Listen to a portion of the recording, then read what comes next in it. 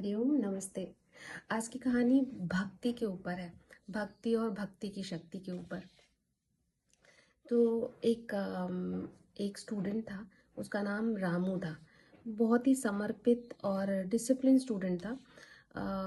वो अपने गुरु के सानिध्य में शिक्षा ले रहा था, लेकिन उसका मन बहुत चंचल था। तो गुरुजी उस चीज़ को लेके थोड़ा सा डिस्टर्ब थे। उन्होंने सोचा कि इसको कुछ सबक सिखाऊं ताकि इसका मन शांत हो जाए और कॉन्सेंट्रेटेड हो जाए, ताकि ये अपनी शिक्षा और अच्छे तरीके से कंटिन्यू कर पाए। तो गुरुजी ने सोचा कि कुछ तो प्लान करता हूँ। तो गुरुजी ने एक बार उसको बुलाया कि रामू इधर आओ, और क्योंकि तुम्हारा मन बहुत चंचल है तो उसको स्थिर करने के लिए मैं तुम्हें एक टास्क देता हूँ, तुम जाके ये टास्क कंप्लीट करो, इससे तुम्हारा मन शांत हो जाएगा। तो बोला जी गुरुजी ठीक है, क्या करना है। तो वो गुरुजी उसको एक चौक देते हैं और बोलते हैं कि जाओ नदी किनारे जाओ और जाके वहाँ पे इस चौक से राम लिखो और पूरी भक्ति और पूरे कंसंट्रेशन के साथ में लिखना, पूरा मन लगा के पूरे ध्यान से लिखना। ठीक है, और लिखते रहना जब तक कि तुम्हें ईश्वर का एहसास ना हो।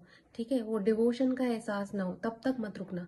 ठीक है। तो वो बोलता है जी गुरुजी जैसे आपके आ गया। तो वो चला जाता है और जाके ना पत्थर पे राम लिखने लग जाता है। पहले पहले तो उसको बहुत मज़ा आता है और पूरे उत्साह के साथ में नाम लिखता जाता है। लिखते लिखते कुछ समय गुजरता है और फिर उसके बाद में वो चौक ख़त्म हो जाती है। तो चौक ख़त्म हो जाती है तो वो थोड़ी देर के लिए रुक जाता है और रुक के फिर सोचता है कि क्या करूँ, चौक तो ख़त्म हो गई, लेकिन गुरुजी की तो आज्ञा है, मुझे रुकना नहीं है, तो मैं क्या करूँ। तो वो अपनी उंगली से राम लिखना शुरू कर देता है। अपनी उंगली से राम लिखता है और राम बोलता है। तो जैसे जैसे थोड़ा समय गुजरता है उंगली ना छिलने लग जाती है, वहाँ से ना थोड़ा सा सूजन हो जाती है, फिर धीरे धीरे उसमें से खून निकलने लग जाता है और वो राम बोलता है और लिखता है। शुरू में दर्द होता है तो राम बोलता है और फिर लिखता है, राम बोलता है और लिखता है। ऐसा करते जाता है। धीरे धीरे जब वो कंटिन्यू करता जाता है तो उसका वो दर्द भी चला जाता है और उसे कुछ एहसास नहीं होता। वो एकदम एकाग्र हो जाता है और उसको ऐसा महसूस होने लग जाता है कि जैसे कि राम ही उसका हाथ पकड़ के लिख रहे हो। तो वो एकदम वो एकाग्रता और एक मेडिटेशन स्टेट में चला जाता है, जहाँ पे वो भगवान को एक्सपीरियंस करने लग जाता है। और वो करता रहता है। धीरे धीरे धीरे धीरे धीरे उसको कुछ याद नहीं रहता, ना समय का ध्यान रहता है ना किसी और चीज़ का ध्यान रहता है। वो लिखता जाता है, बोलता जाता है राम और लिखता जाता है। उसके आंसू बहते रहते हैं और वो लिखता जाता है और बहुत अंदर से उसको बहुत खुशी महसूस होती है। कुछ दिन गुजरते हैं और फिर गुरुजी देखते हैं कि चलो जाके देखते हैं कि ये क्या कर रहा है या इसका क्या स्थिति है करके। तो जाके चेक करते हैं तो देखते हैं कि इसकी उंगलियां पूरी खून में सनी हुई है और ये रुक नहीं रहा है, लिखे जा रहा है, राम बोल रहा है और लिखे जा रहा है।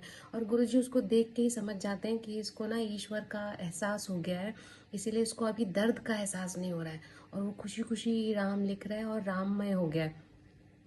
तो गुरुजी उसको बुलाते हैं कि बेटा जो तुम्हारा काम था वो हो गया, मैंने तुम्हें राम के एहसास तक पहुंचाने के लिए ये काम दिया था, वो कंप्लीट हो गया। काम कंप्लीट होना ज़रूरी नहीं था, पर ध्यान लगाना राम में वो ज़रूरी था, वो तुमने पा लिया।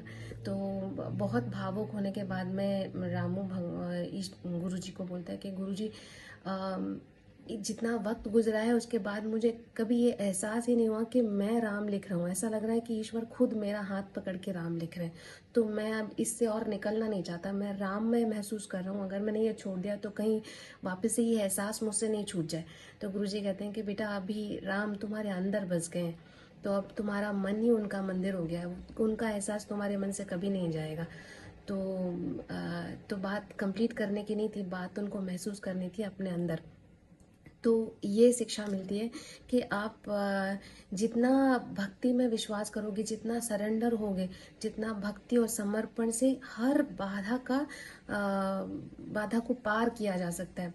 और सच्ची भक्ति में शरीर और मन की शक्ति से भी ज़्यादा शक्ति होती है।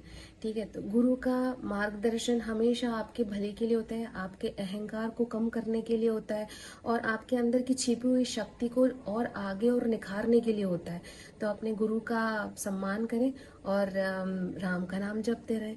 सीताराम सीताराम सीताराम कहिए, चाहे विधि राखे राम ताहि विधि रहिए। हरिओम नमस्ते।